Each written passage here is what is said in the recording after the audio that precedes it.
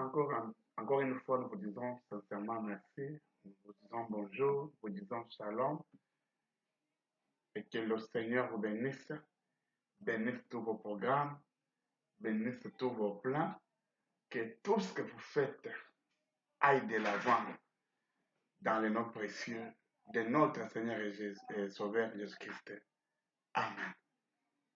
Comme nous avons toujours dit, la seule conversation, le seul discours que moi j'ai avec vous, c'est de vous parler, de nous parler de la part de notre Seigneur et Sauveur Jésus-Christ.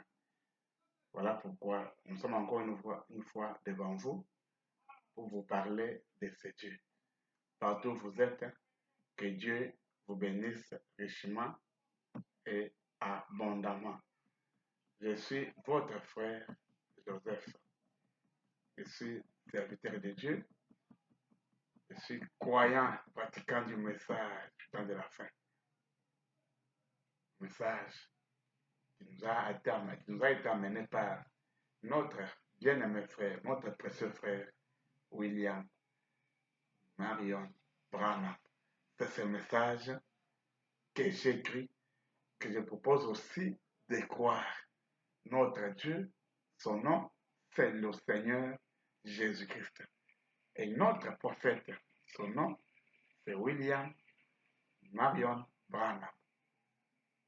Le seul Dieu que nous adorons, le seul Dieu que nous écoutons, le seul Dieu que nous connaissons, le créateur du ciel et de la terre, son nom humain, c'est le Seigneur Jésus-Christ. Alors, comme nous étions de parler la fois passée sur les enfants, on dit que les enfants doivent obéir à leurs parents. Plus l'enfant obéit à ses parents, plus il fait multiplier ses jours sur cette terre de vivant et ses jours de bonheur sur cette terre de vivant. Plus l'enfant n'obéit pas à ses parents, plus il fait diminuer ses jours sur cette terre. Et le peu de jours qu'il aura seront toujours les jours de souffrance et de misère. Pourquoi? Parce que c'est un enfant qui n'obéit pas à ses parents. Amen. Alors, un bon enfant doit obéir à ses parents. C'est ça ce que nous vous demandons, ce que nous vous disons. C'est pourquoi vous, mes chers enfants, mes chers fils, vous, mes chères filles, obéissez à vos parents et vous aurez de bons jours, les jours pleins de bonheur, les jours pleins de bénédictions, les jours pleins de toutes les bonnes choses. Alors, même vous de mon âge, si autant que vos parents sont vivants, obéissez à vos parents. Et la bonne façon d'obéir à vos parents, c'est de ne rien faire sans d'abord leur demander, sans d'abord écouter leur avis. Parce que ta réussite dépend de l'expérience de tes parents. Alors, considère tes parents. Et tu verras que ce que tu fais sera considéré. Commencez par considérer tes parents. C'est très important. Et aujourd'hui, nous allons continuer avec notre thème. Maintenant, aujourd'hui, nous parlons sur les parents. Nous allons lire Ephésiens chapitre 6, verset 4. Ephésiens chapitre 6, verset 4. Et vous, pères, n'héritez pas vos enfants, mais élevez-les en les corrigeant et en les instruisant selon le Seigneur. Amen. La Bible nous dit de bien élever nos enfants, de bien les corriger, de bien les instruire. Mais selon qui? Pas selon ton père, pas selon ta mère, ni selon ton grand-père, ni selon ton village, ni ton pays aussi, mais selon le Seigneur. Mais la question qui est posée est celle-ci. Tes enfants là qui sont à la maison sont éduqués selon qui? Alors, si tes enfants ne sont pas éduqués selon le Seigneur, voici le temps qui t'est donné. Cherche à éduquer tes enfants selon le Seigneur. Alors, la question peut te poser, comment leur éduquer nos enfants selon le Seigneur? Dieu, c'est le Dieu de sa parole. Et tout ce qu'il fait doit répondre à sa parole. Parce que c'est le Dieu de sa parole. Dieu n'a pas besoin d'un interprète pour sa parole, non. Parce que le propre Dieu, c'est l'interpréteur de sa parole. Ce que lui Dieu dit, il n'y a que lui Dieu qui peut l'interpréter. Ce n'est pas à toi, non, ni à moi, non. Mais c'est Dieu lui-même qui doit interpréter sa parole parce que c'est sa propre parole. Donc voilà. Comment cela? Ok. Genèse, chapitre 3, verset 9 à 13. C'est un exemple pour savoir comment nous devons corriger, éduquer, élever nos enfants selon le Seigneur. Un modèle, un exemple dans la Bible, avec Dieu comme notre parent, qui est notre modèle. Le premier parent, le modèle pour lequel chaque parent doit prendre. Voilà, c'est pourquoi nous avons dit qu'un bon parent est un bon éducateur. C'est impossible d'être un bon éducateur et être un mauvais parent. Ou être un mauvais parent et être un bon éducateur. C'est possible. Donc, un mauvais parent, c'est un mauvais éducateur. Un bon parent, c'est un bon éducateur. Alors, en tant que parent, notre Dieu, en tant que premier parent, est notre modèle. Le modèle par expérience, le modèle par espérance que nous devons tous copier, nous, en tant que parents. Amen. Genèse chapitre 3, verset 9 au verset 13. Soyez attentifs pour la parole de Dieu. Nous avons dit Genèse 3, 9 à 13. Mais l'Éternel Dieu appela l'homme et lui dit, où es-tu? Il répondit, j'ai entendu ta voix dans le jardin et j'ai eu peur parce que je suis nu et je me suis caché. Est-ce que vous écoutez bien? J'ai entendu ta voix dans le jardin et j'ai eu peur parce que je suis nu et je me suis caché. Et l'Éternel Dieu dit, qui t'a appris que tu es nu? Amen. Avec votre Bible à l'appui, vous pouvez vérifier au verset 11. Et l'Éternel Dieu dit, qui t'a appris que tu es nu? Vous verrez que Adam n'a pas répondu à cette question.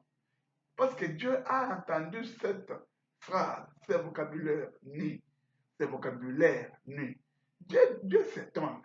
Je n'ai jamais parlé avec Adam, lui parler de ce qui a trait à la nudité. Mais aujourd'hui, il me surprend. Je me suis caché parce que je suis nu. Où est-ce qu'Adam a écouté, a appris ce mot nu? Qui l'a appris? C'est pourquoi Dieu demande. Qui t'a appris que tu es nu? Verset 11. Adam n'a pas répondu à cette question. C'est pourquoi le Seigneur passe à la deuxième question. Pourquoi? Parce que la première n'a pas eu la réponse.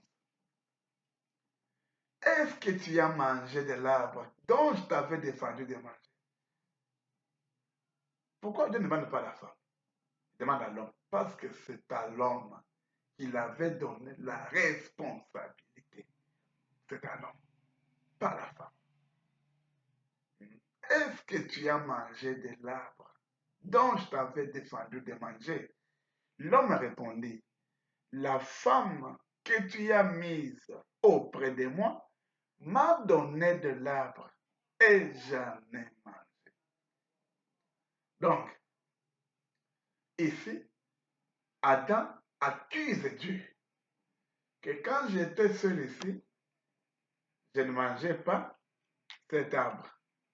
Mais maintenant, toi, Dieu, qui a fait l'erreur de placer cette femme à mon côté, et maintenant cette femme qui est à mon côté m'a donné ce fruit et j'en ai mangé.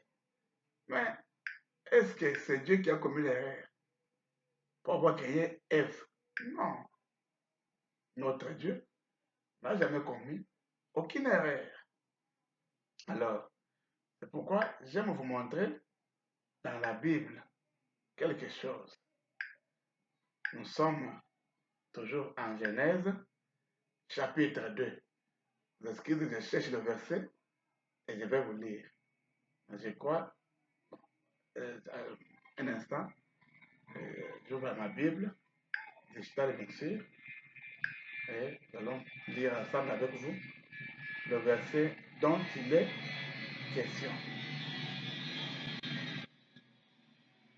Bon, d'abord, commençons au verset 15. Genèse 2, verset 15. L'Éternel Dieu prit l'homme et le plaça dans le jardin d'Éden pour le cultiver et pour le garder. L'Éternel Dieu donna cet ordre à l'homme. Tu pourras manger de tous les arbres du jardin, mais tu ne mangeras pas de l'arbre de la connaissance du bien et du mal. Car le jour où tu en mangeras, tu mourras. Donc, nous sommes au verset 15, au verset 17. Dieu s'adresse à Adam. Pourquoi? Parce que c'est à Adam que Dieu avait donné cet ordre. Pour lui dire que tu ne dois pas manger le fruit de cet arbre-là. Mais maintenant, je crois que nous sommes ensemble. Dieu s'adresse à Adam parce que c'est Adam qui l'avait donné l'ordre. C'est Adam qui l'a créé à son image. La femme a créé à l'image d'Adam. Mais l'homme qui a la personne qui était créée à l'image de Dieu, c'était Adam. Voilà, et Dieu lui a donné la charge de contrôler tous les animaux, de contrôler toutes les créatures, d'être un Dieu sur terre. Alors, c'est-à-dire que Dieu s'adresse à Adam. Mais maintenant, Adam, à sa réponse, il dit, la femme que tu as mise à côté de moi m'a donné l'arbre et j'en ai mangé. Comme pour dire que quand j'étais seul, je n'ai jamais mangé cet arbre. Maintenant, quand toi, Dieu, tu m'as donné cette femme, voilà. Mais comment Dieu a créé la femme? Est-ce que c'est de Dieu qui est venu l'idée de créer la femme ou c'est de l'homme qui est venu l'idée de créer la femme? Sont dans les Écritures pour voir si c'est Dieu qui a tort ou bien si c'est l'homme qui a tort. Parce que beaucoup de gens donnent le tort à Dieu. Et pourtant, ils ont la Bible dans leur main. Nos excuses. Prenons toujours Genèse, chapitre 2, verset 19.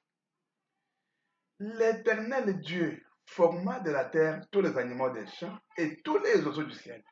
Et il les fit venir vers l'homme pour voir comment il les appellerait. Et afin que tout être vivant portant les noms qu'il lui donnerait l'homme. Verset 20. Et l'homme donna des noms à tout le bétail, aux oiseaux du ciel et à tous les animaux des champs. Écoutez bien. Mais pour l'homme, il ne trouva point d'aide semblable à lui. Est-ce qu'on est ensemble? Mais pour l'homme, il ne trouva point d'aide semblable à lui. Donc l'idée de créer la femme n'est pas venue de Dieu. Parce que beaucoup de gens condamnent le Seigneur. Oh Dieu a fait. Non. La Bible dit, l'Éternel Dieu a formé tous les animaux et tous les oiseaux de la terre. Et les a menés auprès de qui? De l'homme. Pour que l'homme les nomme. Si l'homme n'avait pas manifesté l'intention d'avoir son semblable, le Seigneur n'allait pas créer la femme. C'est l'homme qui a montré le souci, le besoin d'avoir son semblable. Voilà pourquoi Dieu a créé la femme. C'est clair. Voilà votre Bible. Genèse 2, verset 19 à 20. Et lisons verset 20. Et l'homme donna des noms à tous les bétails et aux oiseaux du ciel et à tous les animaux des champs. Mais pour l'homme, il ne trouva point d'aide semblable à lui. Donc l'homme cherchait une aide semblable à lui. Attention au verset 21. Il dit, alors Dieu fit tomber un profond sommeil sur l'homme. C'était l'homme qui cherchait son aide, qui s'endormit. Il prit une de ses côtes et renferma la chair à sa place. L'Éternel Dieu forma une femme de la côte qu'il avait prise de l'homme et il l'amena vers l'homme. Et l'homme dit, voici cette fois celle qui est os de mes os et chair de ma chair. On l'appellera femme parce qu'elle a été prise de l'homme. C'est pourquoi l'homme quittera son père et sa mère et s'attachera à sa femme et deviendront une seule chair. L'homme et sa femme étaient tous deux nus. Ils n'en avaient point honte. L'homme et la femme, tous les deux, marchaient nus. C'est comme vous voyez la chèvre aujourd'hui. Vous ne verrez jamais la chèvre, ni le bouc. Alors, marché qui sont venus payer le sous-vêtement, jamais. Pourquoi? Parce qu'ils n'en ont pas honte. Ils n'ont pas honte. C'est pour montrer que ce que la Bible nous relate, c'est la vérité. Il n'y a que l'homme qui a honte. Elle a sa femme. C'est ça. Alors, l'homme acquise Dieu. Et Dieu s'adresse à Dieu en tant que Dieu, qui connaît toutes choses. Il commence à juger le premier juge. Il est le premier parent. Il est encore le premier juge. Alors, Dieu commence à juger pour savoir là où est venu le réel. On va y arriver. Mais revenons un peu, retournons un peu au verset 12. L'homme a répondu, la femme que tu as mise auprès de moi m'a donné le d'arbre et j'en ai mangé. Je vais l'expliquer, le problème. L'homme acquise Dieu. Et pourtant, c'est l'homme qui avait montré des soucis pour que Dieu crée la femme. Amen. Donc, le Seigneur s'étonne d'entendre dans la bouche d'Adam un vocabulaire nouveau que lui, le Seigneur, n'a jamais dit à Adam. C'est quel vocabulaire? La nudité. Le Seigneur demande, qui t'a appris que tu es nu? Le Seigneur veut savoir d'où est venue cette mauvaise connaissance. Pourquoi il veut savoir? Parce que c'est un parent. Parce que c'est un parent. Un bon parent doit savoir qui sont les amis de son fils. Un bon parent doit savoir quelle est leur morale. Un bon parent doit savoir comment se comporte-t-il. C'est trois questions. Un bon parent doit avoir ça dans sa tête. Parce qu'un bon parent, nous avons dit, c'est un bon éducateur aussi.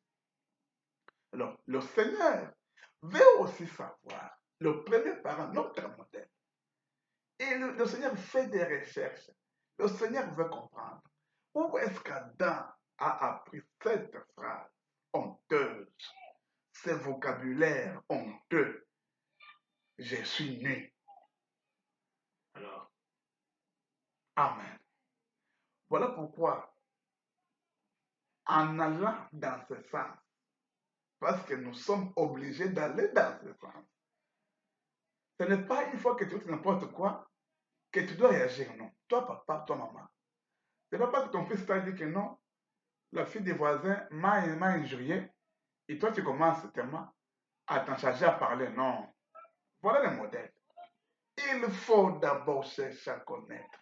Il faut d'abord investiguer pour savoir si ce que l'enfant te dit, c'est la vérité ou si c'est le mensonge. Parfois, l'enfant vous a menti. Et vous entrez dans les rêves, vous commencez à citer des voisins pour rien. On va vous accuser, c'est-à-dire vous trouver en prison. Et pourtant, c'est l'enfant qui vous a menti. Pourquoi? Parce que vous aussi, vous êtes menteur. Donc, c'est ça le problème. C'est ça le mal. Alors, Dieu, en tant qu'un bon parent, il est notre modèle que nous devons tous chercher à savoir. Alors, voilà pourquoi j'insiste. Dans le jardin d'Éden, lorsque Adam et Ève n'avaient qu'un seul ami, qui était Dieu, est-ce qu'il y avait un problème? Non. Mais quand le troisième ami, la troisième personne est entrée, qu'est-ce qui est arrivé? La confusion. Voilà pourquoi une personne normale ne doit avoir qu'un seul ami. Car plusieurs amis induisent toujours en erreur. S'ils sont trois et que les deux se rencontrent, ils vont critiquer le troisième. Ainsi de suite, jusqu'à arriver à se bagarrer. Une bagarre qui peut arriver même à confronter deux familles. Oui, au moins, une bagarre qui peut arriver même à faire confronter deux familles. Voilà pourquoi la personne normale ne doit avoir qu'un seul ami. C'est comme toi aussi, mon frère. Il faut avoir seulement un seul ami. C'est comme toi aussi, ma soeur. Il faut seulement avoir un seul ami. Comme toi aussi, mon papa, ma maman. Il faut seulement avoir un seul ami. Et en tant qu'enfant de Dieu, il faut seulement avoir un seul ami. Et notre ami, c'est l'ami fidèle. L'ami fidèle de tout le temps, qui ne déçoit jamais. Son nom humain, c'est mon Seigneur, Jésus-Christ. C'est ton Seigneur, Jésus-Christ. C'est notre Seigneur, Jésus-Christ. C'est le Seigneur, Jésus-Christ. Le nom que j'aime tant, le seul nom que moi, je prononcerai dans ma bouche, le seul nom que William Branham m'a montré, m'a amené, le seul nom à glorifier, c'est le nom de notre Seigneur et Sauveur, Jésus-Christ. C'est ça ce que William Branham m'a dit, moi. Il m'a dit, moi, élevons Jésus. Voilà. Il ne m'a pas dit, élevons Branham, non. Le seul nom que lui m'a montré à prêcher aux gens, c'est le nom de notre Seigneur Jésus-Christ. Branham n'a jamais dit de prêcher en son nom. Jamais, jamais, jamais. Il m'a dit qu'il y a beaucoup d'erreurs aujourd'hui. Malachie 4, c'est prêcher Branham. Mais montrez-nous là où Branham m'a dit ça. Que prêchez-moi. Mais moi, je vous montrerai là où Branham m'a dit. Le seul nom à prêcher, c'est le Seigneur Jésus-Christ et l'évangile. Vous pouvez prendre ça. Invasion des États-Unis, paragraphe 87 jusqu'au paragraphe 94. Vous trouverez ce que je vous dis. Invasion des États-Unis, paragraphe 87 jusqu'au paragraphe 94. Vous trouverez ce que je vous dis. Vous pouvez vérifier. Le seul nom que Branham nous a dit. Et le nom Branham nous dit, amenons les gens à Christ. Pourquoi on n'a pas dit qu'amenons les gens à Branham, à moi? Voyons. Donc, ce n'est pas ça mon sujet. Ce n'est pas ça mon sujet. Mais si vous voulez trouver ce que je dis ici, vous pouvez aussi lire, c'est le lever du soleil, paragraphe 66. Vous trouverez ça. Amenons les gens à Christ. S'il faut amener les gens à Christ, quel est le nom qu'on doit prêcher? De Branham ou de Christ? Voilà la confusion qui est maintenant chez beaucoup de prédicateurs. Alors, si tu aimes Abraham, tu dois suivre ce qu'il a dit. Et pas le contraire. Le seul nom. Abraham me dit, dans les filtres d'un homme qui fléchit, je crois par exemple 22, Abraham me dit, chaque prédicateur sera jugé de la manière qu'il aura apporté l'évangile. Ça, on doit le savoir. Ah oui, hein? Chaque prédicateur sera jugé de la manière qu'il aura prêché l'évangile. C'est ça. Alors, je reviens à mon terme. Je ne sais même pas pourquoi je suis parti de ce côté-là. Mais Dieu de l'inspiration, c'est pourquoi. Parfois, c'est pour répondre à une question qui était dans le cœur de quelqu'un. Que Dieu vous bénisse. Applaudissons pour le Seigneur. Nous continuons. 1 Corinthiens chapitre 15, versets 33 à 34. 1 Corinthiens 15, 33 à 34. Ne vous y trompez pas. Les mauvaises compagnies corrompent les bonnes mœurs. Revenez à vous-même comme il est convenable et ne péchez point. Car quelques-uns ne connaissent pas Dieu.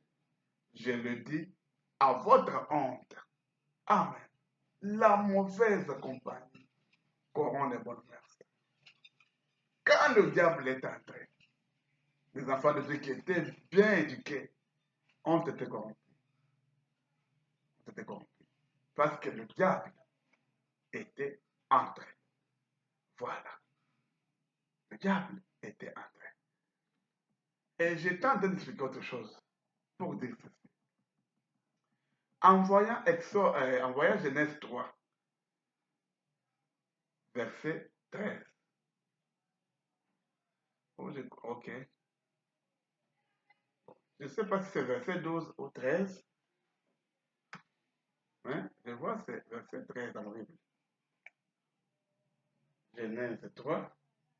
Je vais lire pour la bonne précision parce qu'il s'agit de la parole du Seigneur. Tu ne peux pas parler n'importe comment, non.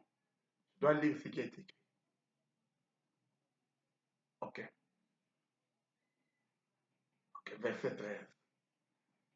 Ici, nous sommes partis de Genèse 3, verset 9 au verset 12. Excuse, J'avais dit jusqu'au verset 13, mais c'est jusqu'au verset 12. Excuse en tout cas. Excuse. L'Éternel Dieu dit à la femme, pourquoi as-tu fait cela? La femme a répondu, le serpent m'a séduite.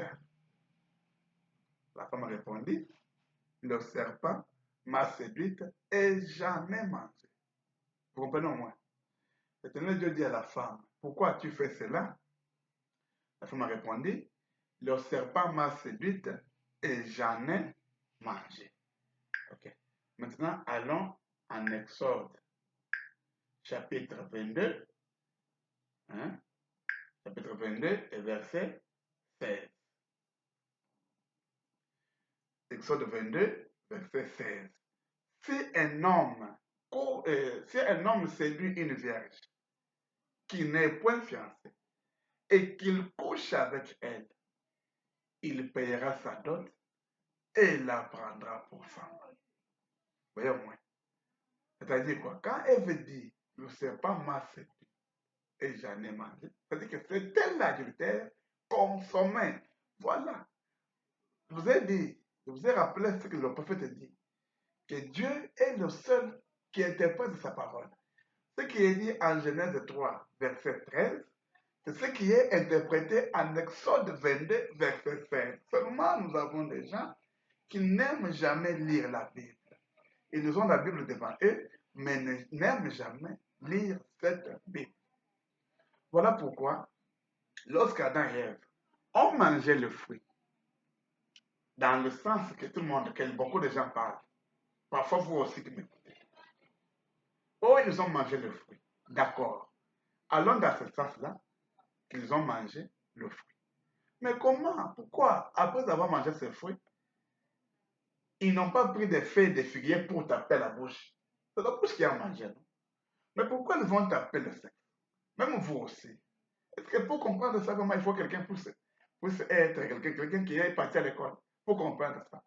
Si c'est la bouche qui a mangé, pourquoi on va taper le sexe? Est-ce qu'il y a des relations entre la bouche et le sexe? Même vous aussi, vraiment, mes chers frères et sœurs, allons-y vraiment comme il faudrait. Est-ce qu'il y a la relation entre la bouche et le sexe? C'est la bouche qui a mangé. Comment on va taper le sexe? Ce qui montre que ce n'était pas la bouche, mais c'était le sexe. C'était l'affaire de quoi? Le sexe. Pourquoi le diable a fait ça? C'est parce que c'est une mauvaise compagnie. Voilà pourquoi toi, mon frère, toi, ma soeur, ne laisse jamais ton fils marcher avec n'importe qui. Ne laisse jamais ta fille marcher avec n'importe qui. Sinon, ce serpent-là peut le corrompre, peut l'abîmer, peut le déranger. Ce serpent-là.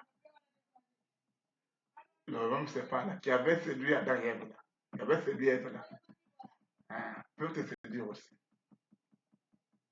Ok. Mes frères et sœurs, l'enfant est naturellement bon, mais c'est sa société qui lui rend mauvais. Là où l'enfant est né. Donc l'enfant qui vient de naître est tellement bon, mais c'est l'endroit où il est né qui lui rend mauvais.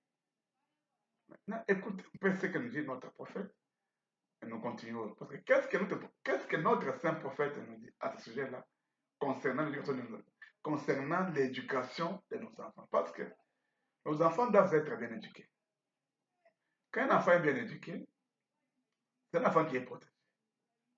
Alors, qu'est-ce que notre saint prophète nous dit pour l'éducation de nos enfants? Éduquer, c'est quoi?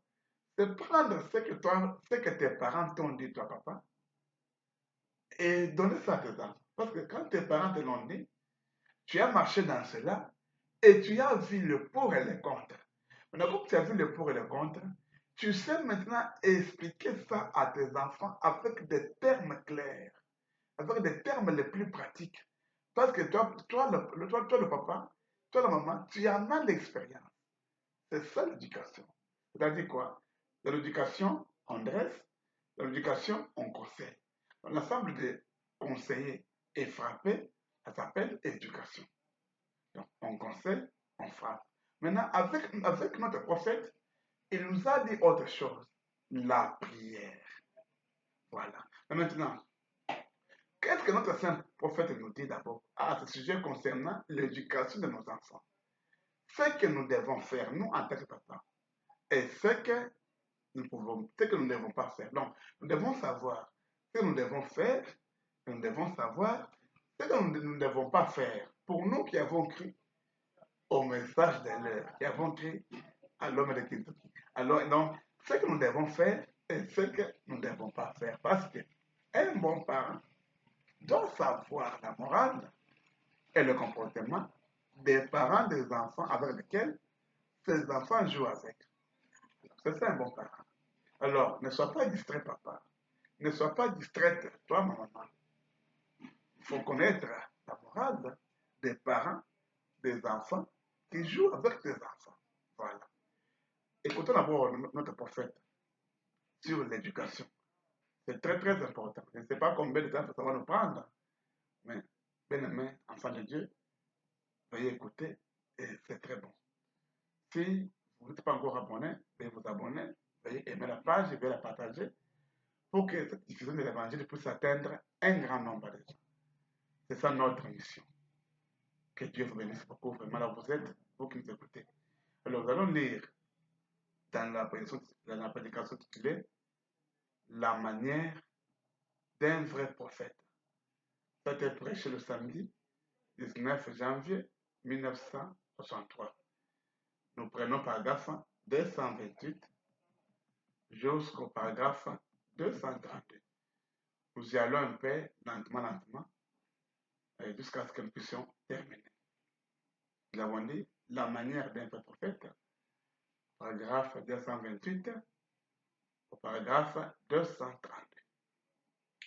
La télévision, les films non censurés, les saletés, les souillures, en faire un modèle. Regardons nos jeunes gens aujourd'hui. Regardez nos jeunes filles. Regardez ces tout petits enfants revenir de l'école. Ils n'ont plus de 6 ans, 7, 8. Ils allument la cigarette. Pourquoi ça? Leur maman, avant eux, avait probablement fait cela. Sinon, alors ce sont les enfants qui fréquentent. Veillez sur les enfants avec lesquels les vôtres jouent. Veillez sur les enfants avec lesquels les vôtres jouent. C'est vrai. Veillez sur les enfants avec lesquels les vôtres jouent. C'est vrai. Je vais d'abord expliquer ça après. Descendons au dessin 29. Amen. Les films non censurés, les saletés, la suie, en faire un modèle, la télévision. Je me rappelle, à notre temps, il y avait des films sur lesquels on écrivait enfants non adultes. Je crois vous vous rappelez de ça. Donc, ces films-là, pour les assister, la question était posée si tu étais marié ou pas. Donc, quel que soit ton âge, pour assister à cela, la condition était est-ce que tu sois marié. Donc, si tu n'étais pas marié, tu n'avais pas le droit à voir ces films-là. Parce que c'était des films qui parlaient sur le sexe. Mais qu'est-ce qu'on a vu aujourd'hui? Dans ces temps-là, ces choses n'étaient pas un modèle. Voilà pourquoi c'était écrit enfant non adulte. Mais aujourd'hui, qu'est-ce qu'on remarque? On a pris toutes ces filles aujourd'hui, on les a fait un modèle. Maintenant, aujourd'hui, là, il y a, donc si vous parlez de la virginité, on vous voit comme si vous venez d'un village très loin là. Ah, la fille vierge. Donc aujourd'hui, pour être moderne, il faut que la fille soit des vierges. Non, ça c'est de la souillure. Voilà pourquoi j'ai avancé avec le nom, parce qu'il y a déjà des spécialistes qui coupent. Oh, parce que ça veut dire que non, ça c'est de la souillure. De la souillure. De la souillure. Dieu est le même. Et comme il est le même, sa parole reste la même. Et comme sa parole reste la même, nous qui avons cru à sa parole, nous devons rester le même. C'est-à-dire, nous devons avoir le même comportement avec la parole. Nous devons vivre ce que la parole nous dit. La parole nous dit de garder, d'amener nos filles vierges au mariage. C'est ce que nous devons faire. Amenons nos filles vierges au mariage. C'est ça ce que nous devons faire. Pas se compromettre avec la souillure du monde. Ce monde n'est pas chez moi. Ce monde n'est pas chez toi, enfant de Dieu. Nous sommes dans ce monde, mais nous ne sommes pas de ce monde. Alors ne vous compromettez pas avec ce monde. Vivez la parole. Croyez à la parole. Vivez la parole. C'est ça. Veillez sur les enfants avec lesquels les vôtres jours.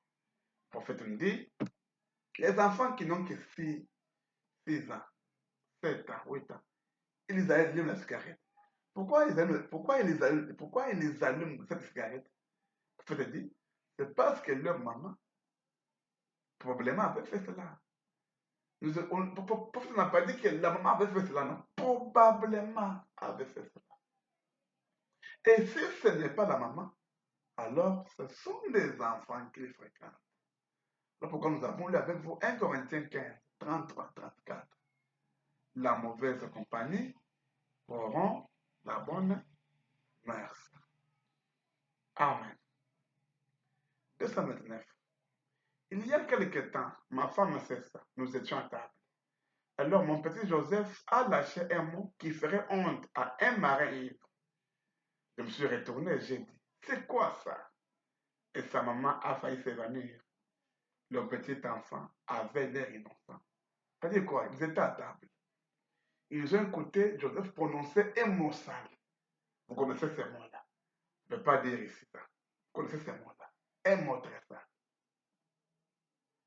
Et le papa et maman, très surpris. Et quand on regarde l'enfant prononçait seulement un mot. Mais quand l'enfant regarde, voit la réaction de ses parents, l'enfant comprend que non, ce qu'il a dit n'était pas correct.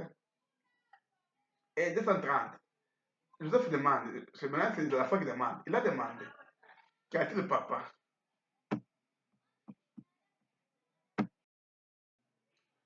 L'enfant s'étonne, dit, qu'y a-t-il le papa? Donc l'enfant ne savait pas que ce qu'il avait prononcé là était mauvais nom. Et l'enfant avait des grosses larmes aux yeux. Donc il a demandé, qu'y a-t-il le papa? Avec des grosses larmes aux yeux. J'ai dit, ne dis plus jamais pareille chose. Il ne savait pas que c'était, il ne savait pas ce que c'était tout ça. On a fini par découvrir que les enfants à l'école utilisaient ce sale mot. J'ai dit, chérie, c'est du diable. Vous voyez, c'est du diable. Donc l'enfant s'étonne. Le papa dit, chérie, c'est du diable. 232. Vous voyez, vous y êtes. Vos enfants, point, point, point. On arrive simplement, frère, au chien qui s'en déchire, juste une conglomération de péchés. Oh là là, des émissions télévisées. Ah, des gens épris de péché, épris de plaisir. Oh là là. Amen. Donc, à partir de l'école, Joseph a appris une seule phrase. Une sale phrase, je vais dire. Joseph a appris une phrase qui est une phrase sale, dont lui-même ne connaissait pas la signification. Vous savez, ce sont des injures, même dans les parages, donc, qui s'incitent dans les écoles. Il a compris que comme ça se répète, comme un enfant, l'enfant se donne à tout, tente les petits dire ça auprès de ses parents. Et l'enfant a vu que ce qu'il avait prononcé était mauvais. Voyons moi.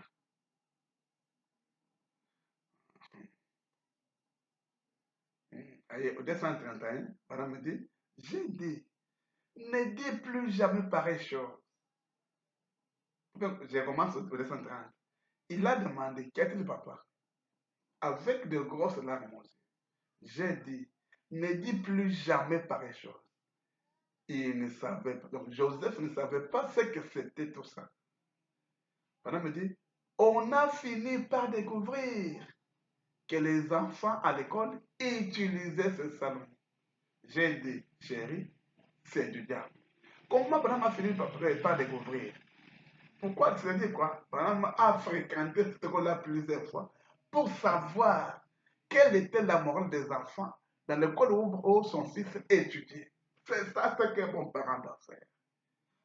C'est pourquoi je dis, on a fini par découvrir que les enfants à l'école, toi parent, et combien de fois tu es déjà parti à l'école où ton enfant étudie? Toi maman, combien de fois tu es déjà parti à l'école là où ton enfant étudie? Combien de fois tu as fait les vérifications pour savoir les groupes avec lesquels tes enfants jouent sont des bons enfants? Toi papa, toi maman, combien de fois? Mais Branham l'a fait. Branham est notre modèle en tant que le pasteur de l'âge, en tant que le roi de l'âge, parce qu'il avait reçu l'épée du roi dans sa main, sur la montagne. Yeah, c'est ça le plan. C'est ça. Mais combien de fois tu es parti à l'école pour savoir le comportement de tes enfants? Toi, papa ou ton maman.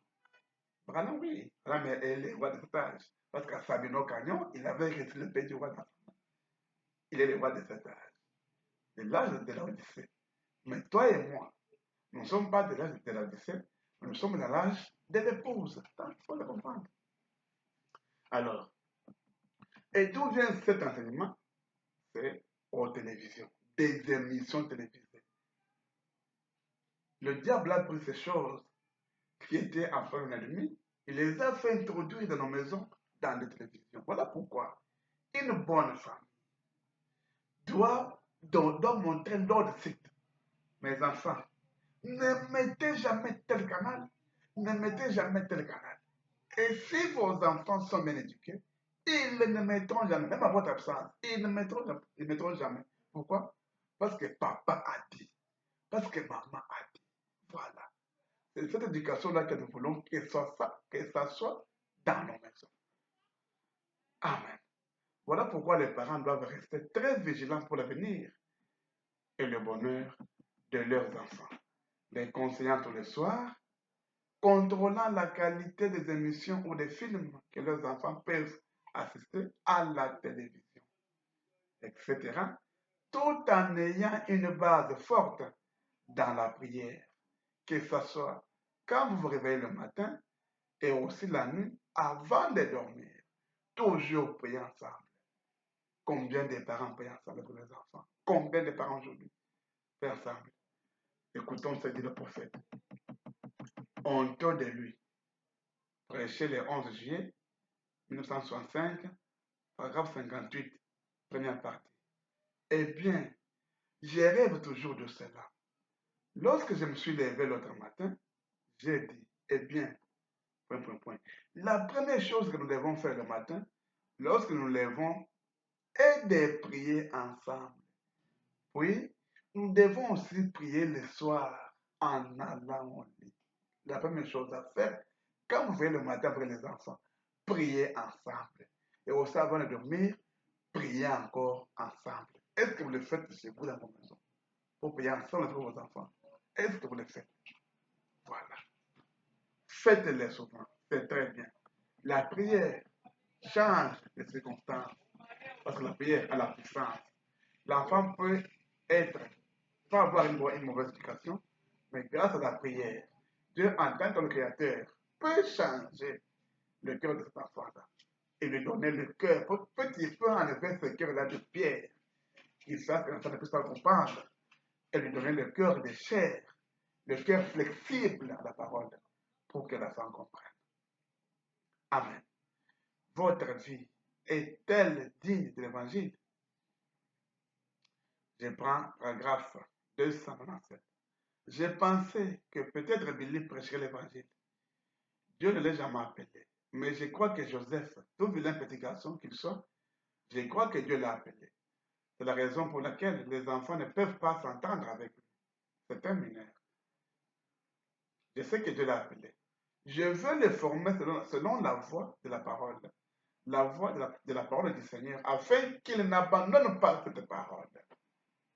Je vais le faire moi-même, si Dieu le veut. Et quand je serai vieux, et que je serai assis, que je puisse le voir là, debout à la chair disant, c'est le même évangile pour lequel mon papa a pris position. Il est là à s'asseoir, âgé et cassé. Mais je vais prendre sa place et assurer la relève, me tenir là. Alors je lèverai les yeux et je dirai, Seigneur, laisse ton serviteur partir en paix. C'est ce que je voudrais tellement voir arriver en entendant ce moment. Amen. Si tu veux avoir une vieillesse heureuse, éduque bien et instruis bien tes enfants, maintenant qu'ils sont enfants. Si tu veux avoir une vieillesse heureuse, éduque bien et instruis bien tes enfants maintenant qu'ils sont encore enfants. Sinon, tu auras honte à ta vieillesse et tu passeras une vieillesse honteuse et Dieu te demandera compte. Amen. Et Dieu te demandera compte. Donc, pour que notre vie puisse bien avoir succès, nous devons avoir deux grandes armes. Quelles sont ces deux grandes armes pour bien éduquer nos enfants? La première arme, c'est la prière dans le foyer.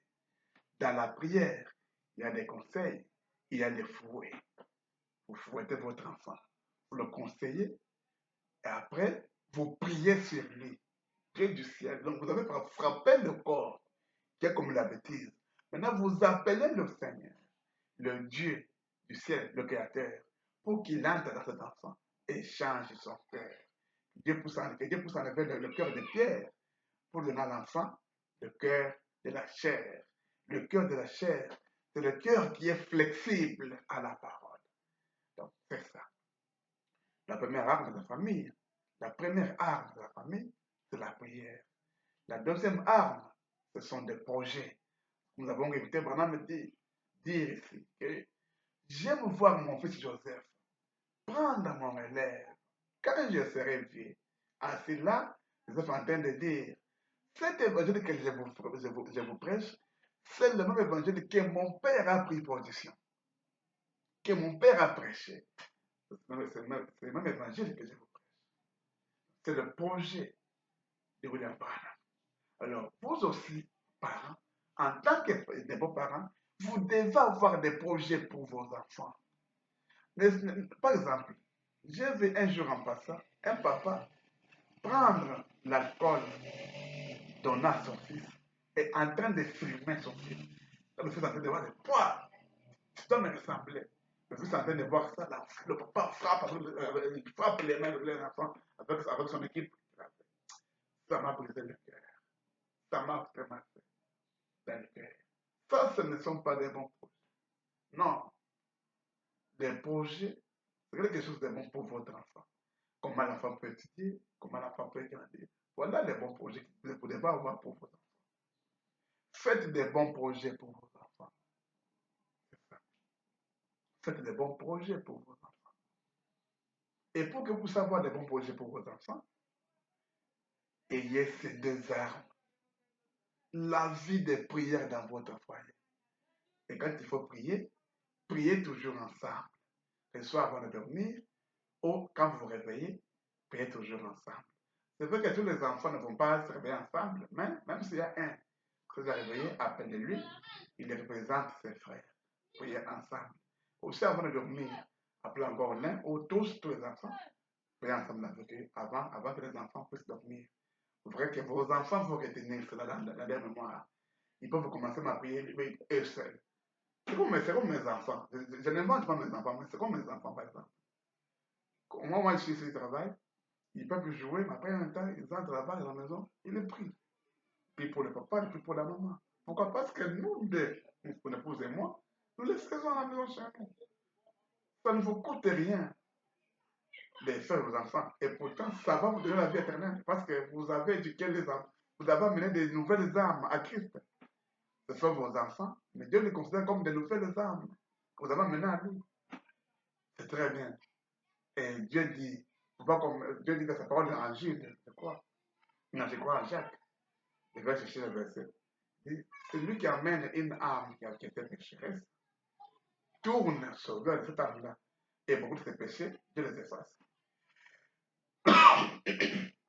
Excuse, parfois, c'est parce que tu as amené tes enfants au Seigneur que Dieu peut pardonner toutes les personnes que tu as commises depuis ton enfance.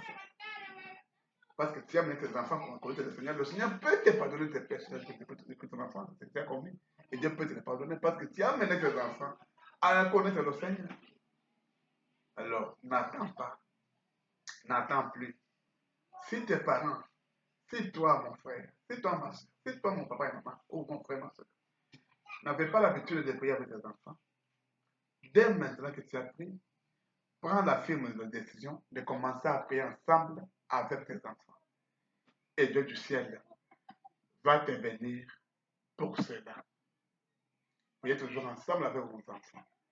Et Dieu du ciel vous bénira pour cela. Priez toujours ensemble avec vos enfants. Conseillez-les. Montrez à vos enfants les droits chemins, le chemin qu'ils doivent suivre, le chemin ou la voie de la parole du Seigneur. Que vos enfants marchent, que vos enfants apprennent à connaître le Seigneur. Et vous aurez battu une bonne réussite. Apprenez à vos enfants à connaître le Seigneur. La fois prochaine, je vous lirai encore une déclaration pour te dire. Donc, tu ne serais. Donc, qu'est-ce que tu peux laisser à tes enfants? De l'argent, des véhicules, des parcelles. Mais qu'est-ce que tu vas laisser à tes enfants? Je vais vous lire ça, Dieu voulant, à la prochaine occasion. Que Dieu vous bénisse ce matin. Là, que Dieu vous bénisse ce matin. Que Dieu bénisse tous vos travaux. Que Dieu bénisse tout ce que vous faites. Mon frère et ma soeur, si vous n'êtes pas encore abonné, si vous n'êtes pas encore abonné, veuillez vous abonner, veuillez aimer et veuillez partager notre page pour que cette page, pour que cette prédication arrive chez beaucoup et que beaucoup croient la parole du Seigneur. Si à travers ta façon de partager, quelqu'un va croire la parole du Seigneur, Dieu ne me verra pas moi, mais va te voir toi. Parce que c'est toi qui as amené cette parole auprès de lui pour qu'il croie au Seigneur. Alors n'hésite pas, partage, parce que tu peux sauver une âme. Pour seulement une âme, cela va te coûter pour toi la vie éternelle. Parce que tu as gagné une âme pour le Seigneur. Et s'il y a un bon payeur, c'est le Seigneur. Un bon payeur. Qui ne reste jamais avec une dette de quelqu'un. Qui ne sera jamais redevable à une personne. Alors n'hésitez pas à aimer, à s'abonner et à partager cet évangile pour qu'il puisse atteindre un grand nombre et qu'il puisse aussi gagner beaucoup d'âmes au Seigneur notre Dieu. Encore une fois, que Dieu vous bénisse.